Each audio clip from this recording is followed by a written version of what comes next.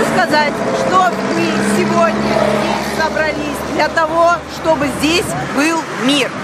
Я хочу попросить господина Путина, пусть он выведет свои войска с территории Крыма. Пусть он нас не охраняет.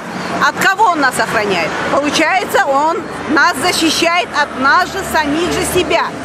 Мы за то, чтобы у нас был мир в нашем Крыму, чтобы наши дети жили спокойно, без никаких препятствий. Вот эти все военные, это все переполох, это страх для нашего народа. Мы переживаем, поэтому мы вышли на мирную акцию.